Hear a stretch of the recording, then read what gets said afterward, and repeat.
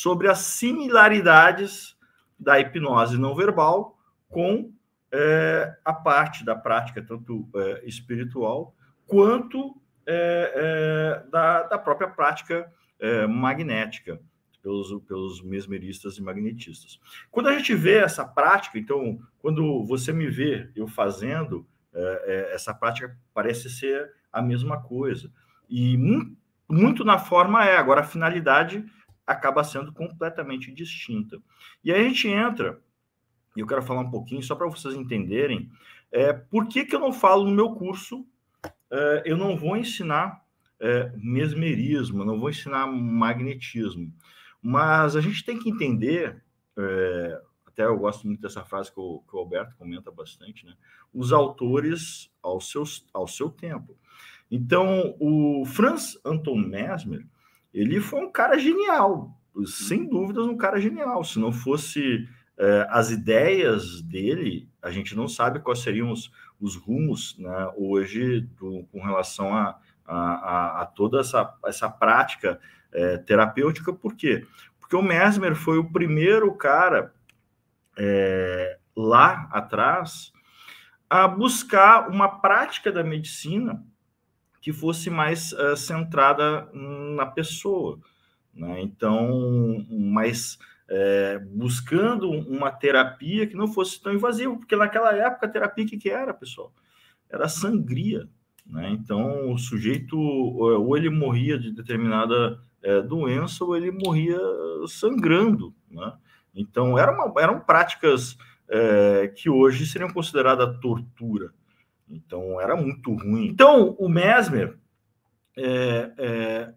em 1766, ele teve uma das primeiras propostas de terapia, né, parada na ciência da época, de uma prática mais centrada em cuidar da pessoa, né, e não ser só aquela coisa de sangrar a pessoa para tirar, né, tirar o mal, tirar a doença.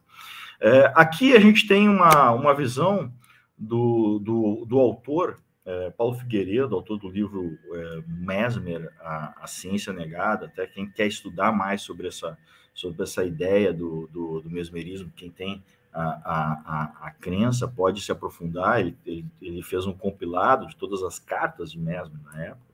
E ele fala: o mesmerismo é uma visão espiritualista e positiva da natureza, e absolutamente incompatível com o materialismo, ou mesmo com a visão religiosa, dogmática e sobrenatural da igreja. Então, naquela época, ele via, o Mesmer via o mesmerismo como algo separado da visão materialista, mas também não via isso como uma religião daquela época. E a gente tem uma outra prática, né, uma outra doutrina, digamos assim, que é muito comum aqui no Brasil. Muitos praticantes, quando vêm nos meus cursos, sempre tem alunos, que é do espiritismo. Para o espiritismo, o sonambulismo é mais um fenômeno psicológico, é mais que um fenômeno psicológico, é uma luz projetada sobre a psicologia, e é aí que se pode estudar a alma, porque é onde esta se mostra a descoberta. Então, meus queridos, aqui, quando a gente fala de Mesmer e do magnetismo animal, a gente está falando de um plano, por um lado, espiritual, ou se baseando em algumas crenças que suportam essa hipótese, ou seja, a crença de que existe um fluido universal. E eu não vou trabalhar dentro da crença com vocês. Eu não quero que o meu cliente tenha que ter as mesmas crenças que eu para que ele passe por um processo terapêutico de hipnose.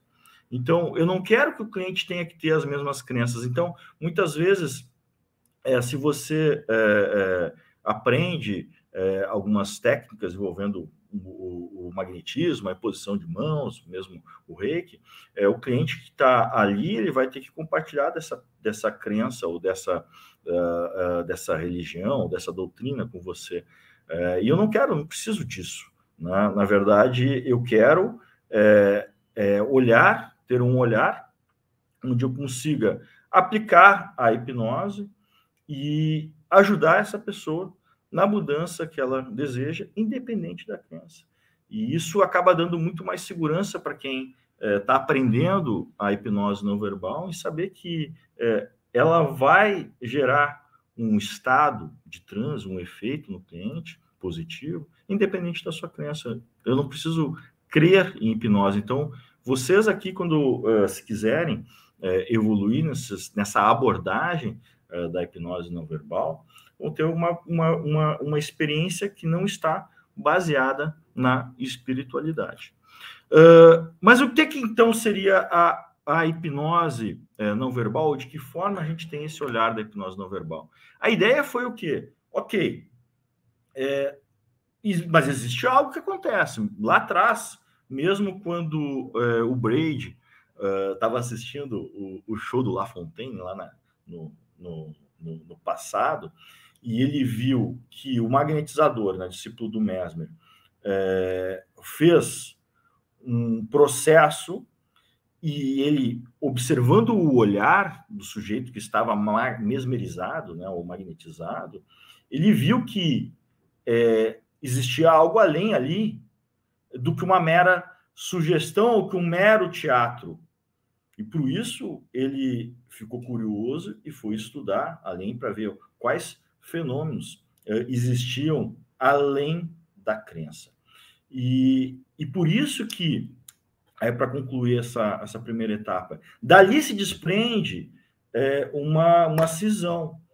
Quando Braid punha o termo hipnose, era para justamente fazer uma separação de uma abordagem, de uma visão mais acadêmico-científica de uma prática, versus uma visão que era mais baseada na espiritualidade e baseada nas crenças. Então, quando eu estou usando o termo hipnose, falando de hipnose não verbal, ou seja, uma hipnose que eu faço sem necessariamente utilizar a cognição, utilizar palavras, eu estou fazendo uma prática que se pressupõe pela própria definição que não está baseada em espiritualidade e não está baseada em crença. Agora, nada impede que você, assim como acontece em todo treinamento, pegue esse conhecimento, se aprofunde mais nesse conhecimento que eu estou trazendo